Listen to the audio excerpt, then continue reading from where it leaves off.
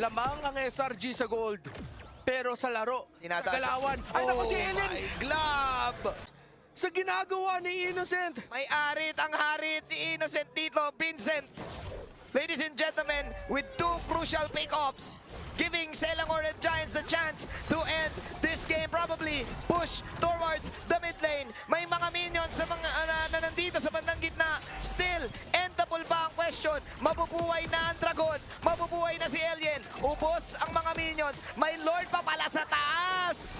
At nagmamarcha pa ang mga higante. SRG.